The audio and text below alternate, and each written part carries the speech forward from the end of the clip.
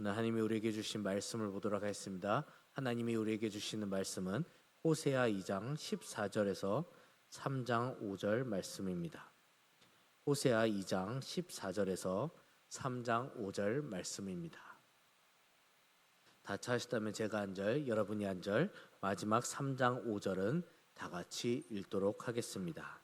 호세아 2장 14절에서 3장 5절 말씀입니다. 그러므로 보라, 내가 그를 타일러 거친 들로 데리고 가서 말로 위로하고 저 비로소 그의 포도원을 그에게 주고 아굴 골짜기로 소망의 문을 삼아 주리니 그가 거기서 응대하기를 어렸을 때와 애굽 땅에서 올라오던 날과 같이 하리라. 여호와께서 이르시되 그날에 네가 나를 내 남편이라 일컫고 다시는 내 바알이라 일컫지 아니하리라. 내가 바알의 이름을 그의 입에서 제거하여 다시는 그의 이름을 기억하여 부르는 일에 없게 하리라. 그날에는 내가 그들을 위하여 들짐승과 공중의 새와 땅의 곤충과 더불어 언약을 맺으며 또 이 땅에서 활과 칼을 꺾어 전쟁을 없이 하고 그들로 평안히 눕게 하리라. 내가 내게 장가들어 영원히 살 때 정의와 은총과 긍휼히 여김으로 내게 장가를 들며 진실함으로 내게 장가 들리니 내가 여호와를 알리라. 여호와께서 이르시되 그날에 내가 응답하리라. 나는 하늘에 응답하고 하늘은 땅에 응답하고 땅은 곡식과 포도주와 기름에 응답하고 또 이것들은 이스라엘에 응답하리라. 내가 나를 위하여 그를 이 땅에 심고 긍휼히 여김을 받지 못하였던 자를 긍휼히 여기며 내 백성이 아니었던 자에게 향하여 이르기를 너는 내 백성이라 하리니 그들은 이르기를 주는 내 아심이라 하니라. 여호와께서 내게 이르시되 이스라엘 자손이 다른 신을 섬기고 건포도 과자를 즐길지라도 여호와가 그들을 사랑하나니 너는 또 가서 타인의 사랑을 받아 음녀가 된 그 여자를 사랑하라 하시기로 내가 은 15개와 보리 한 호멜 반으로 나를 위하여 그를 사고 그에게 이르기를 너는 많은 날 동안 나와 함께 지내고 음행하지 말며 다른 남자를 따르지 말라. 나도 내게 그리하리라 하였노라. 이스라엘 자손이 나는 날 동안 왕도 없고 지도자도 없고 제사도 없고 주상도 없고 에봇도 없고 드라빔도 없이 지내. 우리 다 같이 읽습니다. 그 후에 이스라엘 자손이 돌아와서 그들의 하나님 여호와와 그들의 왕 다윗을 찾고 마지막 날에는 여호와를 경외함으로 여호와와 그의 은총으로 나아가리라. 아멘. 할렐루야. 이곳에 모인 여러분을 주님의 이름으로 환영하고 축복합니다. 저는 오늘 이 시간 이 호세아 2장 14절에서 3장 5절 말씀을 중심으로 내게 돌아오라라는 제목으로 하나님 말씀 증거하도록 하겠습니다. 우리 다 같이 따라해 주시겠습니까? 내게 돌아오라. 감사합니다. 가끔 이 장거리 운전을 하다 보면 꾀를 쓸 때가 있습니다. 제가 이 이야기를 드리는 이유가 있는데요. 제가 대학원 다니던 시절에 서울에 있는 한 교회에서 이제 서울과 대전을 늘 주말마다 왕래하던 그런 일이 있었습니다. 그러다 보니 이제 길이 한 3년 정도 늘 왔다 갔다 하다 보니까 익숙해졌고 또 어떤 길로 가면 더 편하고 쉽고 빠르게 갈 수 있는지 알게 되었습니다. 그래서 그날도 여김없이 그 고속도로 톨게이트 비용 2,000원을 아끼기 위해서 정확히 지명하면 공주 쪽에서 이제 대전으로 가는 방향에서 공주에서 제가 톨게이트에서 나와서 빠져서 2,000원을 아끼기 위해 가기 시작했습니다. 그런데 그 톨게이트에서 나오자마자 순간 당황하기 시작했습니다. 왜냐하면 성격이 급했던 저에게 바로 앞에 경운기가 지나가고 있었기 때문입니다. 그 경운기를 피하기 위해서 추월하기 위해서 수많은 노력과 시도를 했지만 어떤 때는 길이 하나만 나오기도 하고 어떤 때는 상대방 쪽에서 이제 차가 오기 때문에 추월을 하지 못하던 그런 상황이었습니다. 답답한 마음을 가지고 그럼에도 불구하고 경운기를 추월해서 앞으로 나가기 시작했습니다. 근데 그날 밤이었던지라 갑자기 가는 가운데 순간 고라니 한 마리가 뛰쳐나오기 시작한 겁니다. 그래서 어쩔 수 없이 그 고라니를 받게 되었고 보니까 차가 많이 찌그러졌었습니다. 순간 분노가 올라왔지만 저의 삶을 돌이켜보고 제가 운전했던 것을 돌이켜보았을 때 단순히 그냥 내비게이션이 가라고 했던 길로만 갔으면 2,000원 이상의 기름값도 안 들었고 또 40만 원 이상의 수리비도 내지 않았을 텐데라는 그런 생각이 들기 시작했습니다.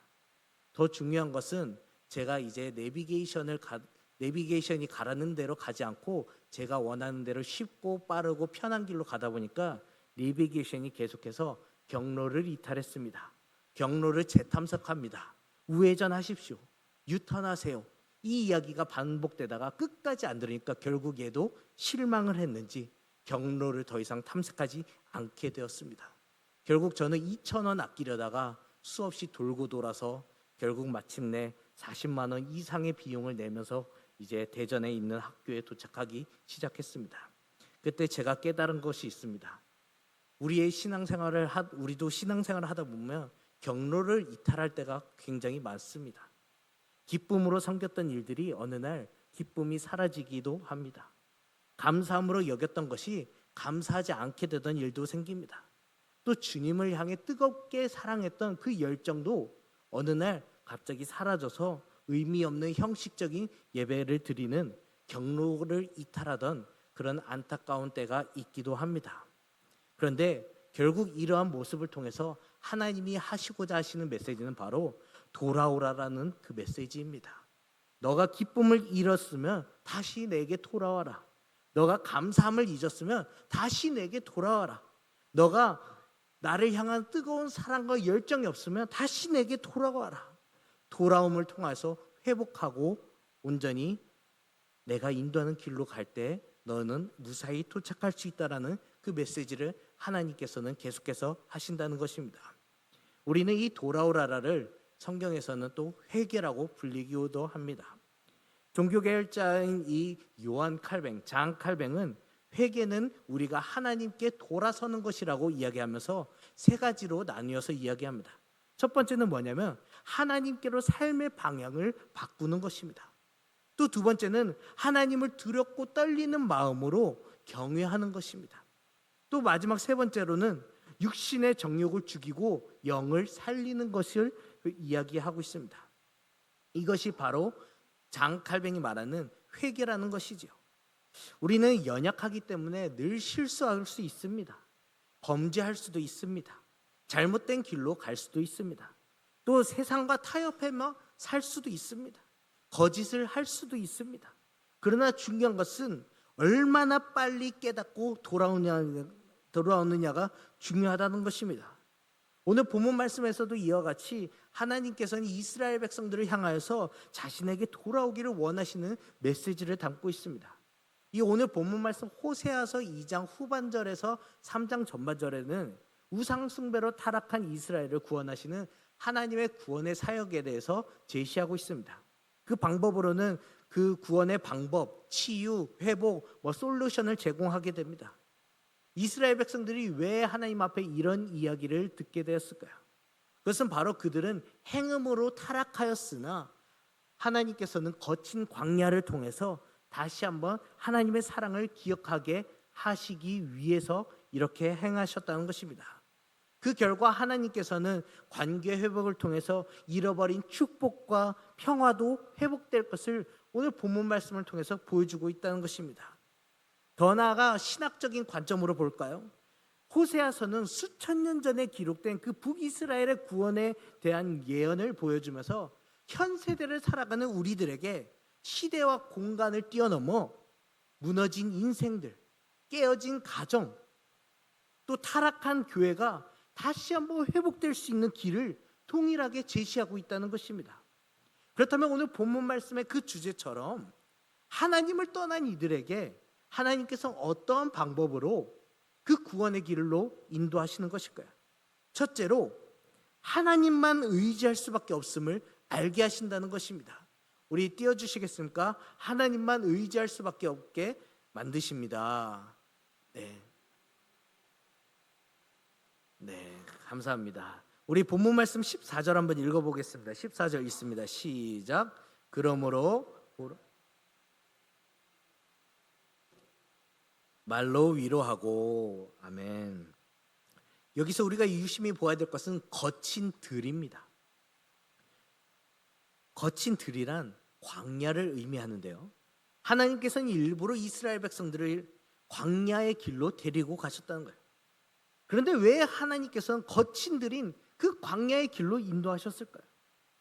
그곳에서는 우리가 이야기했듯이 바로 그곳에서 그나마 하나님만을 의지할 수밖에 없는 존재라는 것을 깨달았기 때문입니다. 우리는 간혹 인생의 그 고독함, 또 외로움, 방황과 슬픔에 대해서 광야의 길을 걷고 있다라는 표현을 하기도 합니다. 그래서 단순히 광야라는 것을 부정적으로 여기기도 하죠. 그런데 우리가 생각을 잠시 바꿔보면 광야에서 만날 수 있는 하나님의 은혜가 있다는 것입니다. 이스라엘 백성들을 보십시오. 광야가 아니었다면 하나님의 그 불기둥과 구름기둥을 경험해보지 못했을 것이에요. 또 광야가 없었다면 하나님의 주시는 그 만나를 먹어보지 못했을 것이에요. 또 광야가 아니었다면 홍해 바다가 갈라지는 그 상황을, 그 기적을 보지 못했을 거예요. 이처럼 광야는 고난의 자리이기도 하지만 오히려 동시에 하나님과의 관계가 회복될 수 있는 사랑을 회복하는 자리이기도 하다는 것입니다. 그래서 하나님께서는 오히려 우리의 삶을 광야로 내모심을 통해서 온전히 우리가 하나님밖에 의지할 수밖에 없게, 그런 존재일 수밖에 없게 만드시기도 한다는 것입니다. 사랑하는 성도 여러분, 오늘 이 시간 저 여러분 가운데 여전히 광야의 길을 걷고 낭망하고 좌절하고 실패했다고 여기신 분들이 계십니까? 전혀 하나님께 기도함으로 간구함으로 나아가지만 하나님의 응답은 전혀 보이지 않는 그런 광야의 길을 걷고 있는 그런 분이 계십니까? 그런데 여러분, 중요한 것은 그 광야의 길을 만드시고 인도하시고 우리를 밀어넣으시고 걷게 하시는 분 또한 여호와 하나님이시라는 것입니다. 하나님께서는 그 광야를 걸을 때만이라도, 너희들이 다른 때는 몰라도 그때만이라도 그래도 나를 의식해라, 나를 의지하라라고 그나마 말씀하시기도 한다는 것입니다. 사랑하는 성도 여러분, 오늘 이 시간 저 여러분 가운데 삶을 인도하시고 자정하시는 분이 만군의 여호와 하나님이심을 깨닫고 나아가 우리가 광야 가운데 하나님만을 다시 한번 의지하며 나아가 구원의 길로 들어서는 저 여러분이 되길 주님의 이름으로 간절히 축원합니다. 그렇다면 또 이제 본문 말씀의 주제처럼 하나님을 떠난 이들에게 하나님께서는 어떤 방법으로 구원의 길로 인도하시는가요? 둘째로 주인 의식을 새롭게 만드신다는 것입니다. 우리 다 같이 읽어볼까요? 주인 의식을 새롭게 만드십니다. 네, 감사합니다. 이 미국의 케네디 대통령이 나사를 방문했을 때 일입니다. 복도를 청소하던 그 나이가 지긋이 드는 청소부에게 물었습니다. 어르신, 여기서 무슨 일을 하고 계십니까? 당연히 청소복을 입고 있었던 청소부에게 무엇을 하고 있습니까? 라고 물었으면 당연히 청소 일을 한다고 대답하지 않겠습니까? 그런데 놀랍게도 그의 대답이 케네디의 생각을 바꾸게 되는 놀라운 대답이 되었습니다. 그는 이렇게 대답을 합니다. 저는 사람을 달에 보내는 일을 돕고 있습니다 라고 했습니다. 단순히 그는 빗자루를 잡고 있었지만 자신의 일을 전체 사명과 연결해서 주인의식으로 일하고 있다는 것을 보여주고 있었다는 것입니다. 우리 또한 마찬가지예요. 우리 가운데 신앙생활을 하면서 주인의식이 변화되어야 됩니다. 오늘 본문 말씀 16절에 이렇게 우리 한번 읽어볼까요? 16절 읽습니다. 시작. 여호와께서 이르시되 그날에 내가 나를 내 남편이라 일컫고 다시는 내 바알이라 일컫지 아니하리라. 아멘. 이스라엘은 앞으로 여호와 하나님을 내 바알이라 하지 않고 내 남편이라고 부를 것이다 라고 말씀하십니다. 이는 곧 하나님과 이스라엘의 그 맺은 그 언약이 새롭게 갱신될 것을 보여주고 있다는 것이죠. 이 당시 이스라엘은 바알을 자신들을 풍요롭게 하는 존재로 여겼습니다. 그래서 이는 거짓 주인에 대한 맹목적인 주인 의식을 갖고 살아가던 이스라엘의 연약한 모습이 있었어요.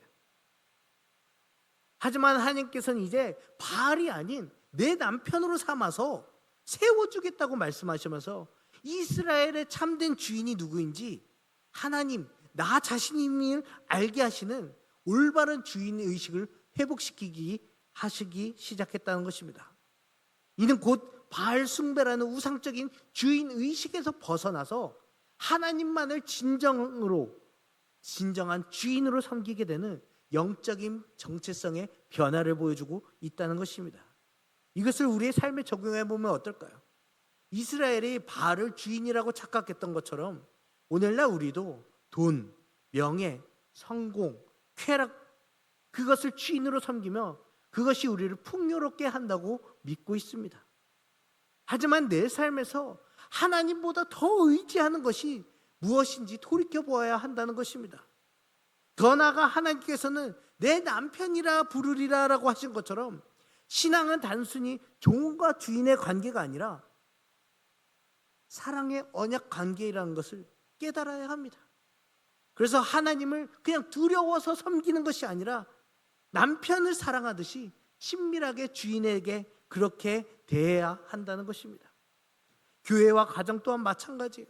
교회에서도 누군가 하겠지가 아니라 내가 하나님의 집을 맡은 거라는 그 주인의식을 가지고 교회를 섬기며 나아가야 합니다. 오늘 이 시간 저 여러분이 하나님을 섬기는 일, 교회와 가정을 섬기는 일에 주인의식을 새롭게 변화해서 나아가는 저 여러분에게 주님의 이름으로 간절히 축원합니다. 그렇다면 이제 하나님께서 구원의 길로 인도하는 방법, 그 두 가지를 보았다면 구원의 길로 돌아왔을 때 은혜는 과연 무엇일까요? 첫째로 은혜가 회복된다는 것입니다. 우리 다 같이 따라해 주시겠습니까? 은혜가 회복됩니다. 네. 오늘 본문 말씀 14절 중반절에 보면 말로 위로하고라고 합니다. 끝에 보면 말로 위로하고. 여러분, 은혜가 회복되면 어떻게 되는지 아십니까? 제일 먼저 말씀이 회복돼요. 말씀이 귀에 쏙쏙히 들어옵니다. 말씀이 마음에 가장 잘 와닿습니다. 또 말씀이 좋아진다는 것입니다. 또 둘째로 기쁨이 회복된다는 것입니다. 우리 15절 한번 읽어볼까요? 15절 읽겠습니다. 시작. 거기서 비로소 악을 골짜기로 소망의 문을 삼아 주리니 그가 거기서 응대하기를 때와 애굽 땅에서 올라오던 날과 같이 하리라. 아멘. 여기서 말하는 거기서란 14절의 거친들을 의미하는데요. 그러니까 회개하고 돌아오면 거친들을 하나님께서는 포도원으로 만들어 주시겠다는 거예요. 여러분, 포도는 무엇을 상징하신지 아십니까? 바로 기쁨을 상징해요. 그러니까 회개하고 돌아오면 잃어버린 그 기쁨을 회복시켜 주시겠다는 거예요. 기쁜 일이 많이 생기도록 도와주시겠다는 거예요. 여러분, 탕자를 보십시오. 그 탕자가 아버지를 떠났을 때 모든 것을 다 잃고 기쁨이 없던 삶을 살았어요. 그러나 아버지께 돌아왔을 때 어떻게 됩니까? 아버지께서는 탕자가 입던 옷을 고쳐주었고 머리에 왕관도 씌워주면서 그 탕자 아들의 권위를 다시 회복시켜 주셨어요. 하나님 앞에 돌아오면 기쁨이 회복된다는 것입니다.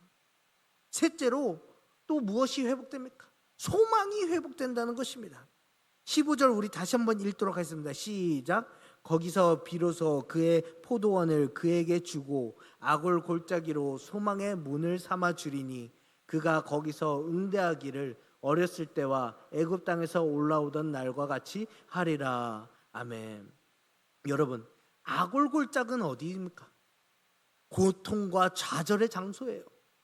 그런데 회개하고 돌아오면 그 악을 골짜기를 소망의 문으로 만들어 주시겠다는 거예요.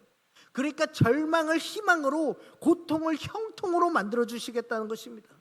다시 말해서 회개하며 새로운 길을 우리에게 열어주시겠다는 거예요. 닫힌 문을 열어주시겠다는 것입니다. 안 되던 것을 다시 되게 만들어 주시겠다는 거예요. 그래서 이스라엘 백성들이 애굽에서 400여 년 동안 노예 생활을 하다가 하나님의 은혜로 해방되었을 때 그때와 같은 감격, 그 기쁨, 그 환희를 하나님께서는 다시 회복시켜 주시겠다는 것입니다. 구원의 문제도 마찬가지예요. 구원의 문제도 회개하고 돌아오지 않으면 영원히 죽을 수밖에 없지만 회개하고 돌아오면 영원히 살아갈 수 있는 은혜를 허락하신다는 것입니다. 또 네 번째로 무엇을 회복시켜 주십니까? 새롭게 결혼식을 올려주시겠다는 것입니다. 우리 19절과 20절 다 같이 한번 읽겠습니다. 19절과 20절입니다. 시작.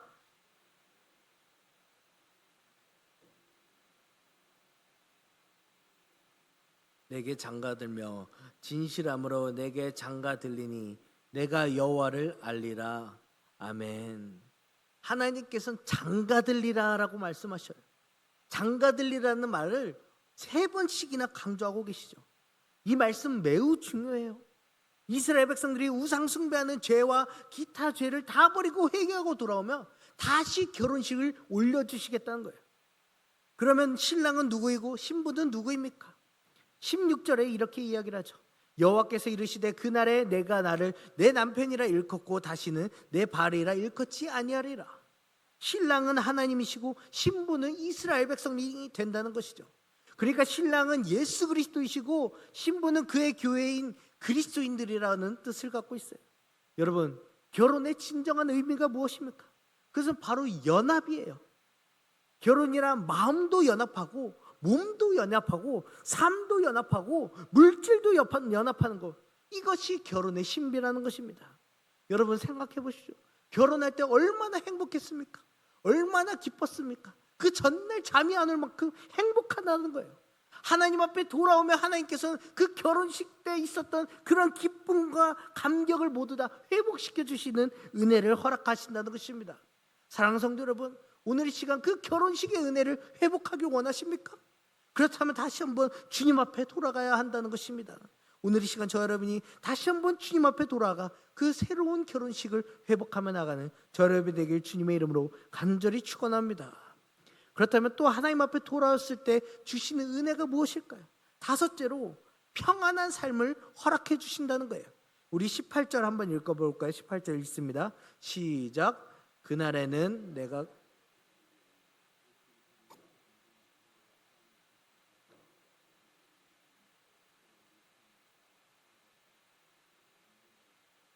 그들로 평안히 눕게 하리라. 아멘. 평안히 눕게 하리라라고 했어요. 안전하게 살게 해주겠다는 것이죠. 마음 놓고 살게 해주겠다는 것이죠. 평안히 살게 해주겠다는 것이죠. 여러분, 하나님께 회개하고 돌아오면 평안히 살게 해주시기 위해서 하나님께서 악한 짐승이 해치지 못하도록 지켜주신다는 거예요. 그리고 전쟁이 일어나지 않도록 막아주시겠다는 거예요. 환난을 제거해 주시겠다는 것이죠. 그러므로 자신의 행복을 위해서 1000번, 10,000번이라도 하나님 앞에 회개하고 돌아와야지 된다는 것입니다. 또 여섯째로 무엇을 회복해 주신다는 것입니까? 여섯째로 기도에 또 응답을 해 주시겠다는 것이죠. 21절 우리 다 같이 읽습니다. 21절 시작. 여호와께서 이르시되 그날에 내가 응답하리라. 나는 하늘에 응답하고 하늘은 땅에 응답하고. 아멘. 여러분, 우리가 죄악을 품고 있으면 어떻게 됩니까? 아무리 기도해도 응답이 없어요. 그러나 죄를 회개하고 돌아오면 기도하면 응답해 주시겠다는 것입니다. 믿으십니까? 그렇다면 또 7번째로 또 회개하고 돌아오면 무엇이 있을까요? 다시 물질의 축복을 베풀어 주신다는 것입니다. 우리 22절 읽겠습니다. 22절 읽습니다. 시작. 땅은 곡식과 포도주와 기름에 응답하고 또 이것들을 이스라엘에 응답하리라. 아멘.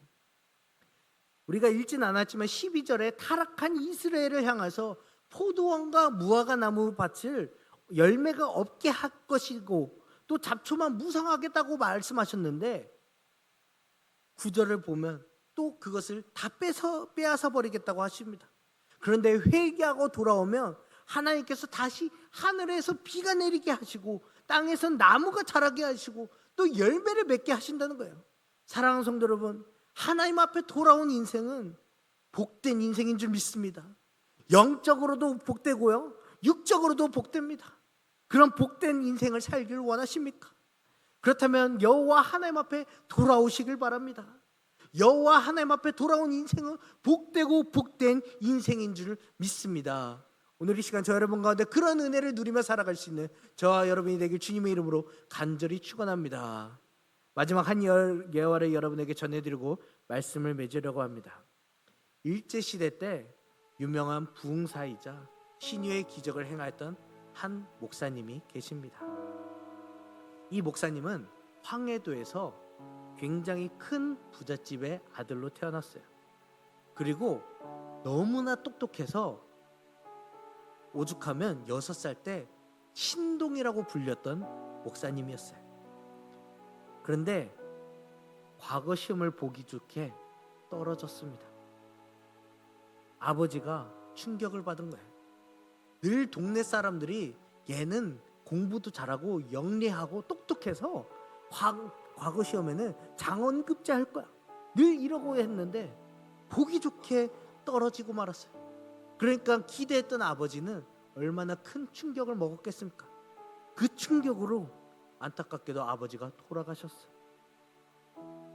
어쩔 수 없이 많은 유산을 받았지만 사회생활을 해보지 못한 그는 얼마 있지 않아서 친구 빚 보증을 잘못 써서 그 부잣집이 모두 다 재산이 날아가는 초가집에 살게 되는, 또 아니 집도 없어지게 되는 그런 안타까운 계기에 도래하게 됩니다. 그때부터 그는 술에 빠져 살기 시작했습니다. 술에 빠져가지고 주먹질을 하면서 동네의 깡패가 되기 시작했어요. 시장 입구에서 지나가는 사람들에게 돈을 뺏고요, 또 그들을 두들겨 패고 횡패를 부리고 장사를 하지 못하게 해요. 오죽하면 사람들의 입에서 오늘 시장 나갈 때 그 깡패 안 만나게 해주세요, 이런 말이 나올 정도로 동네에서 유명한 깡패가 됐어요.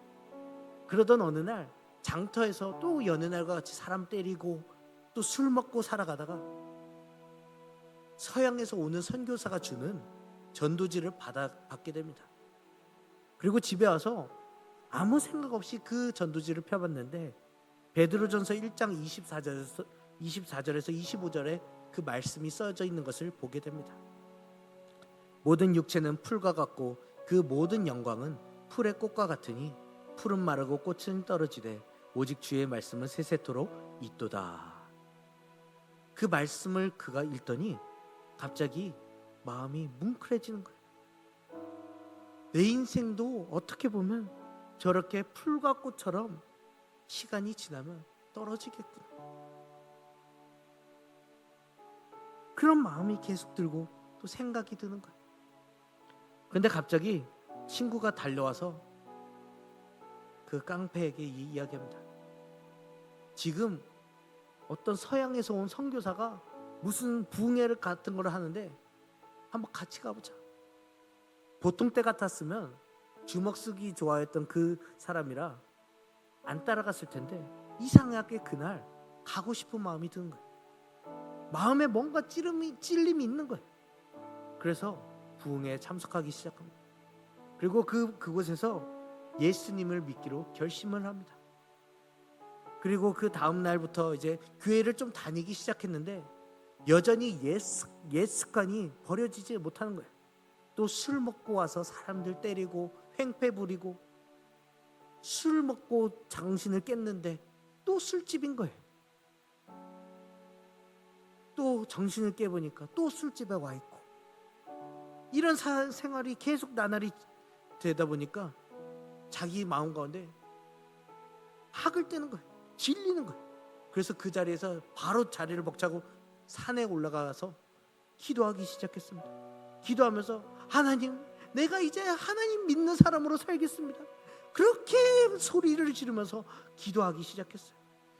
그런데도 아무런 반응이 없었어요. 그리고 다시는 그런 죄 짓지 않고 방탕한 생활을 하지 않겠다는 그 결심을 갖고 집에 와서 잠을 자는데 갑자기 꿈에서 저 멀리서 불덩어리가 갑자기 자신에게 떨어진 거예요. 순간 놀라서 소리를 지르는 거예요. 불이야, 불이야. 그 소리를 들은 어머니가 찾아왔지만 그 집에는 아무런 일이 없었어요. 그날 밤 그 깡패에게 성령의 불이 임한 것이에요. 그날 그 깡패는 변화가 됐어요. 하나님의 신실한 일꾼이 되었어요. 늘 주먹을 휘두르고 남의 것을 빼앗던 그 장소였던 시장에서 오히려 자기가 만난 예수님을 전하기 시작했어요. 그러니까 그 깡패를 향해서 억울한 심정을 갖고 있던 사람들이 그를 더 괴롭히는 거예요. 매를 때리기도 하고 욕을 하기도 하고 주먹질을 하는 거예요. 그럼에도 불구하고 그는 더 때리세요. 나는 죄인이기 때문에 매를 맞아도 쌉니다. 더 때리세요. 이렇게 고백을 해요. 그리고 점차 그가 변화된 모습을 보기 시작한 사람들이 그의 모습을 보고 교회에 나오기 시작했습니다. 그 모습을 통해서 또 그 또한 다시 한번 하나님의 사역을 더 잘하기 위해서 신학교에 가서 목사님이 되고 또 전국을 다니면서 부흥회를 다니기 시작했습니다. 그 목사님이 누군지 아십니까? 바로 일제시대에 그 치유의 부흥사라고 불리우는 김익두 목사님입니다. 그 김익두 목사님은 가는 곳마다 많은 병자를 살리고 많은 이들을 회복시키며 일으키는 놀라운 역사를 행하였습니다. 오죽하면 동아일보의 그 당시 기사 제목이 세계 7대 불가사의 중 하나가 김익두 목사가 병 고친 역사라고 불리울 만큼 놀라운 일들이 일어났습니다. 이분은 장로교회 총회장까지 지냈고 그 다음 6.25 때 공산군에 의해서 하나님의 말씀을 전하다가 순교를 당하시게 됐습니다. 깡패 김익두가 목사 김익두로 변하게 된 것입니다. 그것은 바로 하나님의 말씀을 갖고 그가 주님 앞에 돌아갔기 때문에 가능했던 일입니다. 이것이 바로 회개의 열매입니다. 사랑하는 성도 여러분, 우리 또한 마찬가지. 몸은 여기 있지만 우리의 영은 하나님 앞에 가지 않는 경우가 너무나 많아요. 하나님을 잊어버리고 하나님을 떠나 사는 경우가 너무나 많아요. 일상생활을 하다 보면 하나님이건 예수님이건 기억도 나지 않고 그냥 내 육신의 본질에 따라서 살아갈 때가 너무나 많아요. 저 또한 마찬가지. 그럼에도 불구하고 하나님께서는 계속 우리에게 메시지를 주시고 돌아와라, 돌아와라, 돌아와라. 사랑하는 성도 여러분, 오늘 시간 저와 여러분이 다시 한번 주님 앞에 돌아오길 소망합니다. 다시 한번 돌아와서 우리 가운데 영원히 죽을 수밖에 없었던 그 죄의 문제가 모두 다 해결되고 영원히 하나님의 나라에 거하는, 하나님의 나라에 임하는 그런 은혜가 저와 여러분 가운데 임하길 주님의 이름으로 간절히 축원합니다.